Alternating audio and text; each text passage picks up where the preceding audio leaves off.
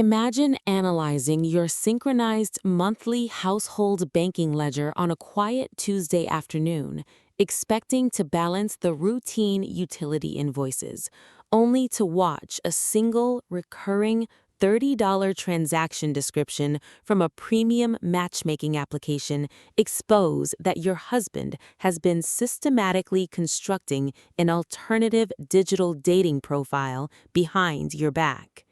It doesn't begin with a chaotic, loud, physical altercation in the living room.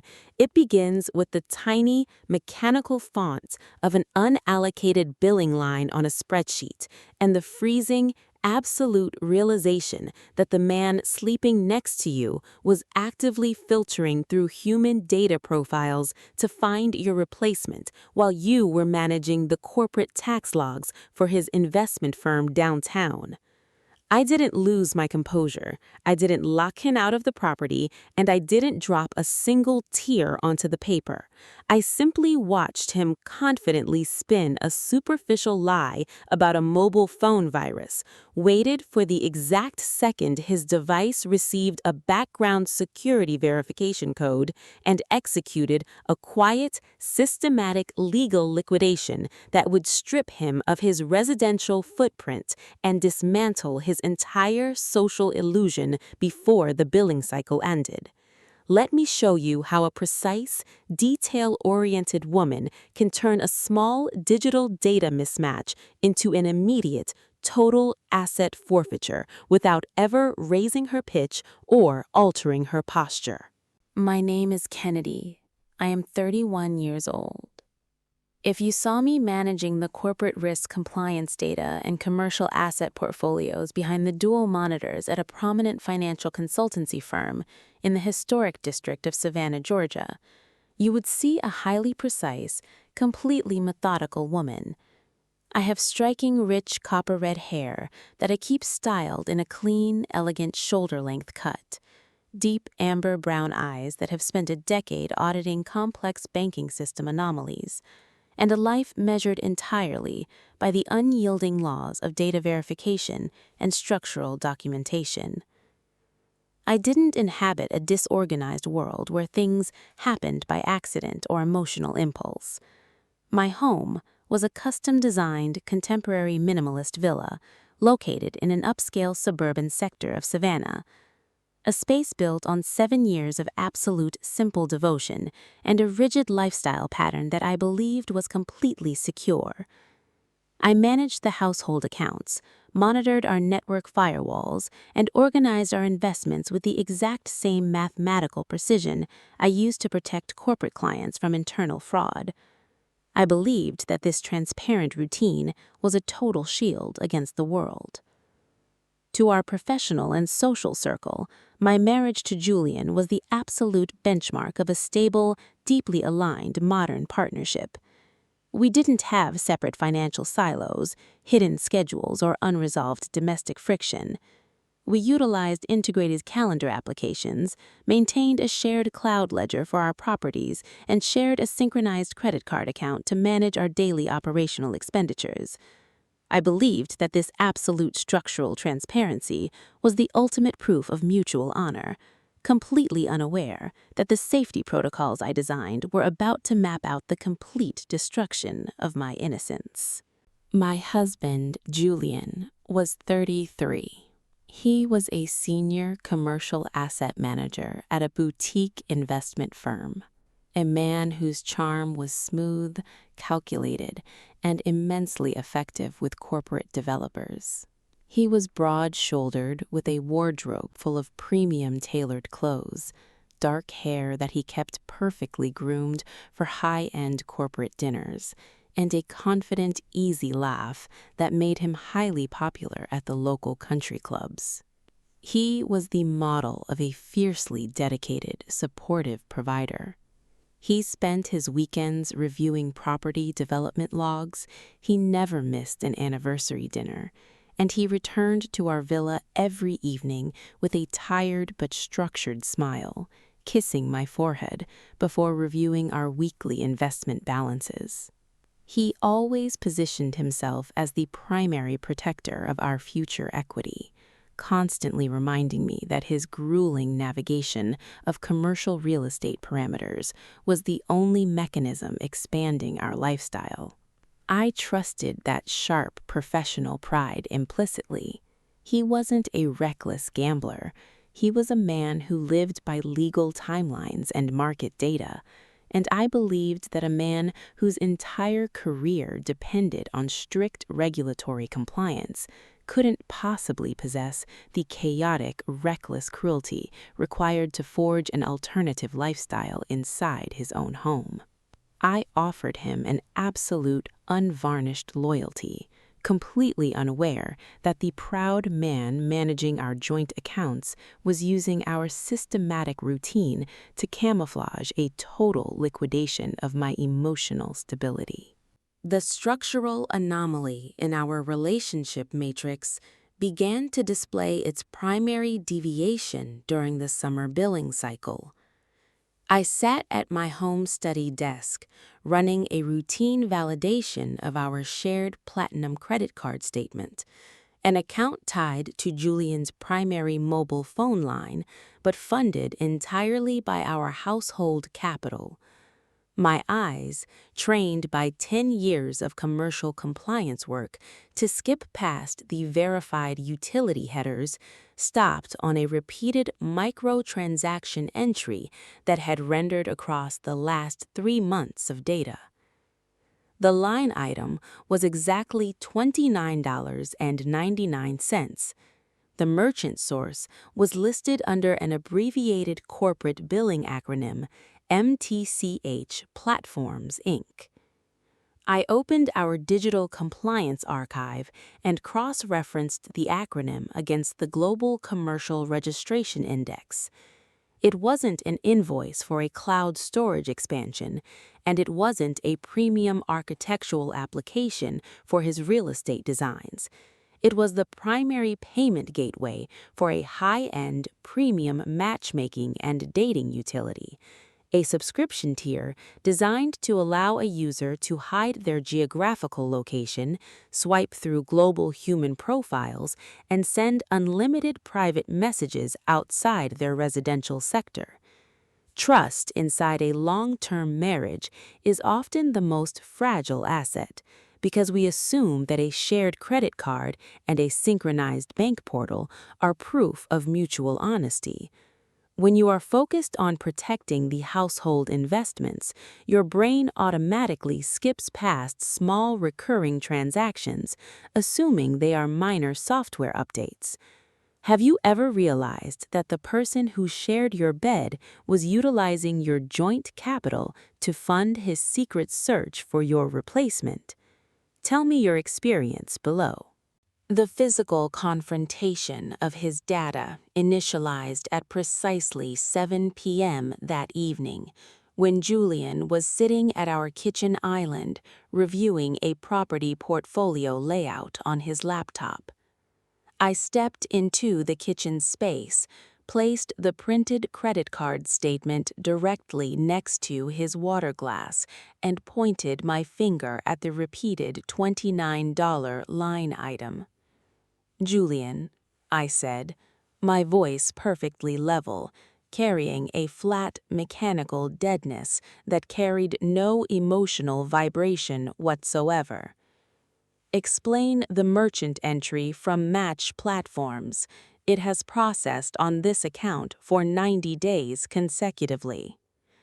Julian glanced down at the paper, his smooth corporate smile freezing for a fraction of a second before his features instantly rearranged themselves into a mask of relaxed masculine amusement.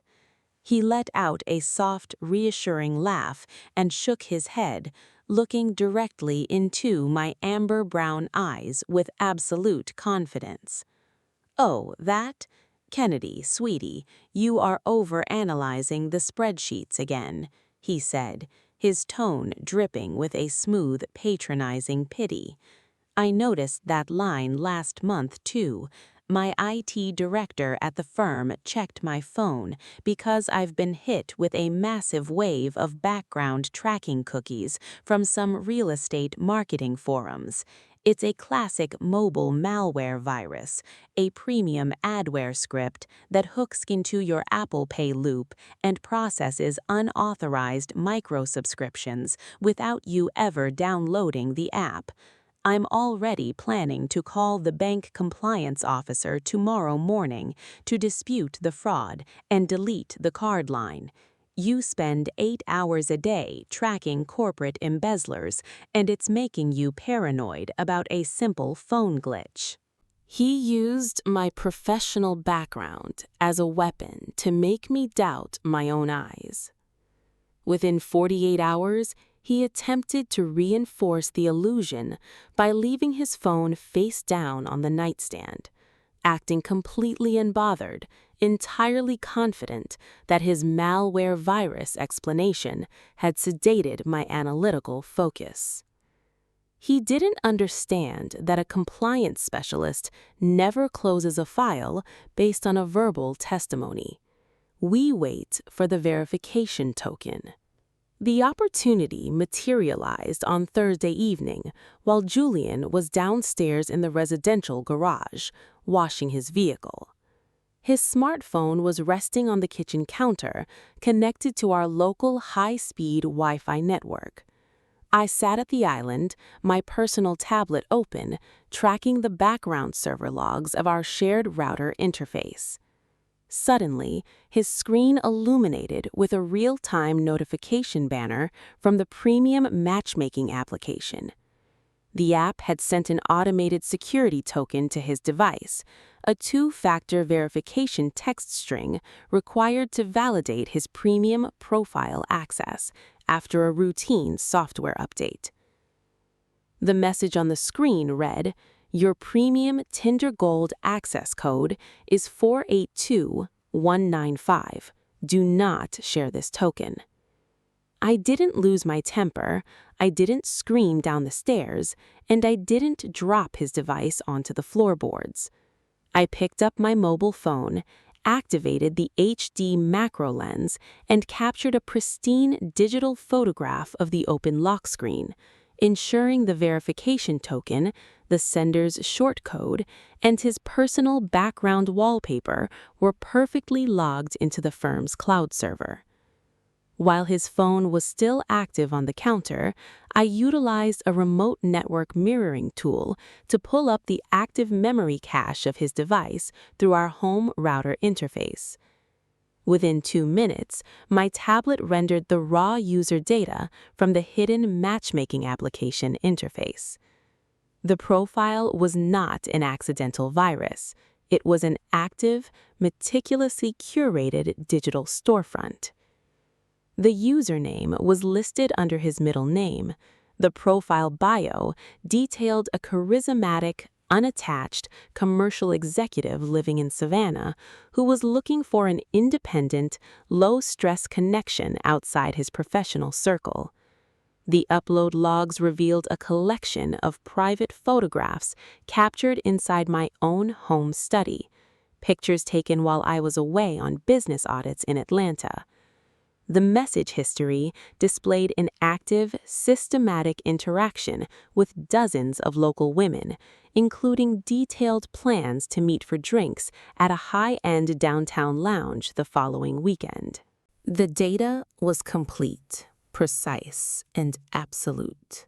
There was no physical affair documented in a hotel room yet, but the intent to deceive, the organized search for a replacement, and the systematic use of our joint capital to fund an alternative single lifestyle was an undeniable breach of our marital contract. He had converted our synchronized home into a cheap hunting ground, entirely confident that his phone virus excuse had left me completely blind. I closed the network monitoring tool, placed his phone back on the quartz counter exactly where it had been resting, and walked up the stairs to my study. I didn't pack his bags into trash containers, and I didn't leave a dramatic note on his pillow. I sat at my executive desk, opened my encrypted legal database and contacted our firm's senior asset protection counsel before Julian even walked back through the garage door. The transaction was closed. The liquidation had initialized. The subsequent dissolution process did not resemble a standard amicable Georgia divorce.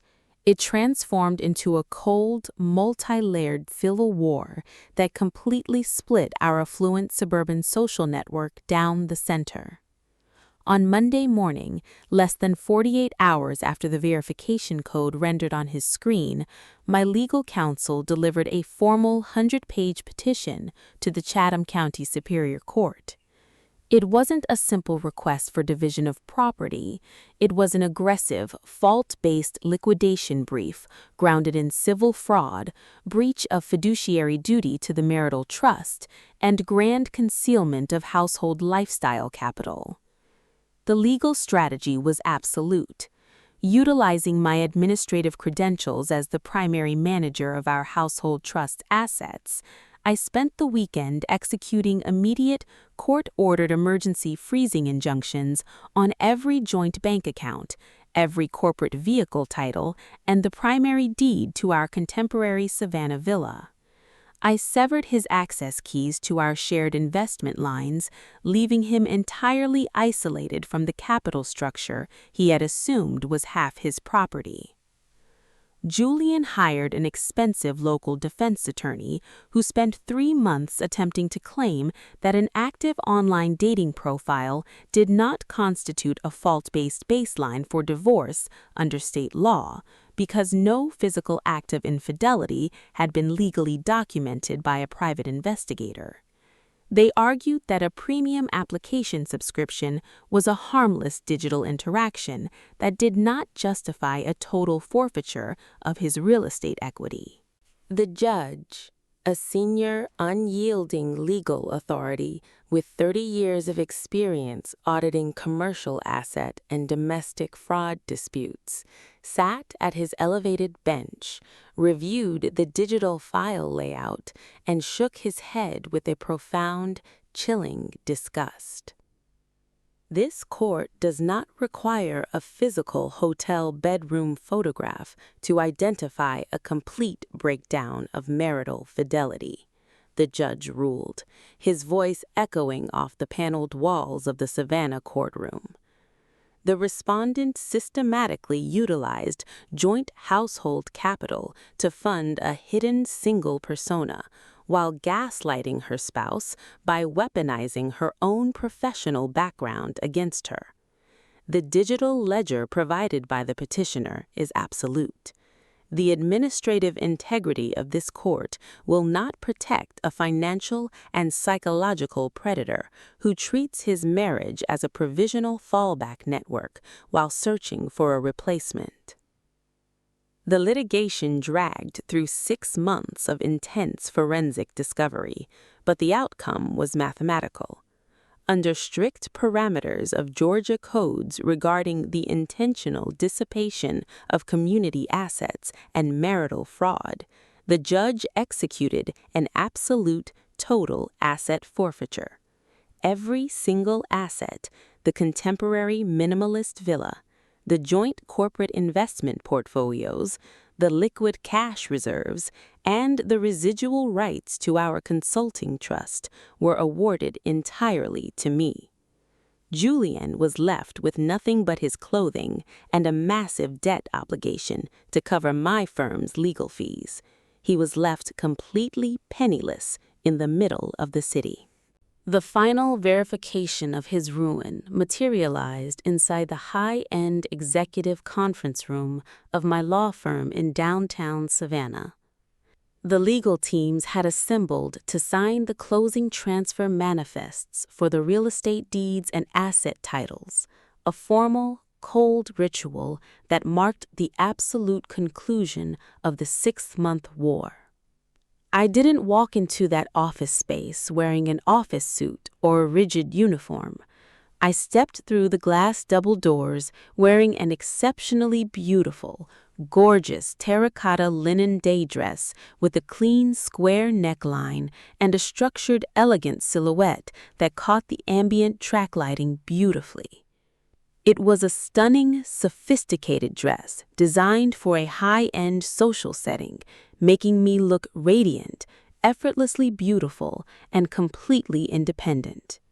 My rich copper-red hair fell in soft, modern waves down my shoulders, and my amber-brown eyes held a terrifying, razor-sharp clarity. But the most striking transformation was not the terracotta dress. It was the expression on my face. My lips were turned upward into a powerful, quiet, slight smile of absolute victory. A calm, knowing Zafar Tebessum that held no anger, no malice, and no remaining sorrow. It was the smile of an expert auditor who tracked the anomaly, executed the protocol, and won every single piece of the board. Julian was sitting at the opposite end of the mahogany table, looking 30 years older, his tailored clothes loose against his frame, his dark hair disheveled, his face completely pale and hollow. He looked like a ghost trapped inside a corporate office. His digital hunt for an alternative lifestyle ended with him losing the very foundation of his success.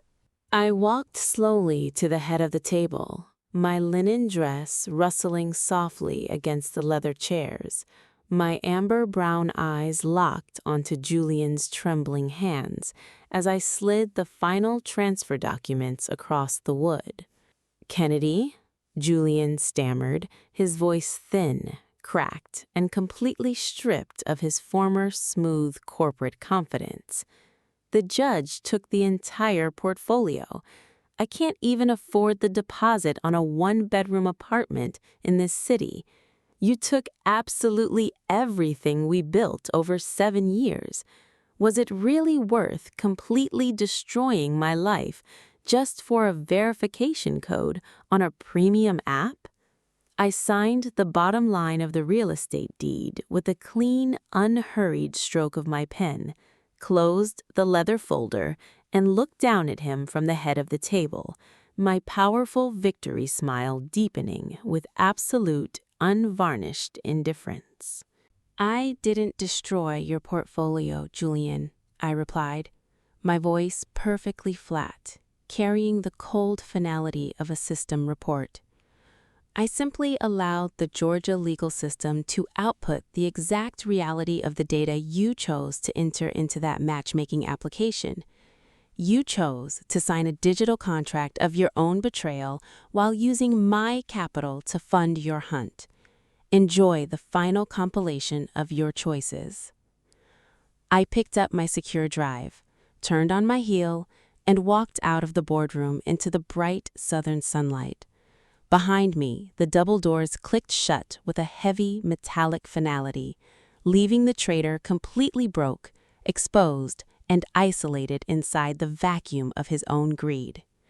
My path finally stood on its own unshakable foundation. Do you know why I am telling you this story from the top of this historic square today? Because the predators and deceivers of this world want you to believe that if you are a regular, structured person who focuses on your data and trusts your family, you are too weak to defend your own life.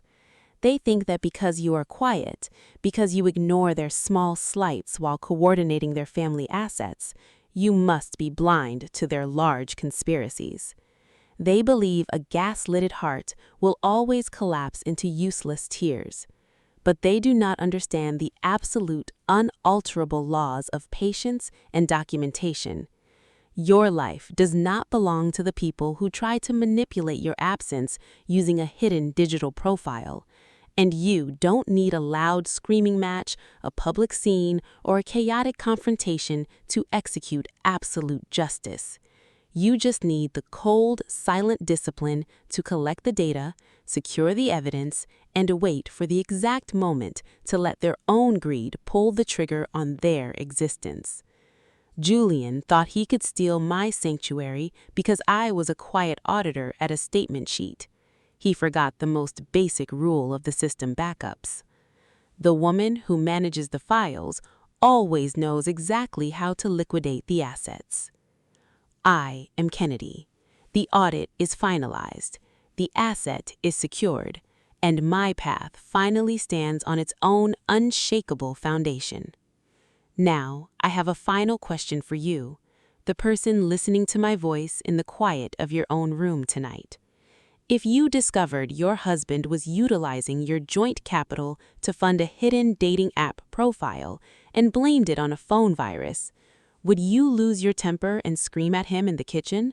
Or would you wait patiently for his system verification code to freeze his entire corporate asset structure and watch him get removed by investigators in front of his own board partners? Tell me your strategy in the comments below. I am analyzing your logic.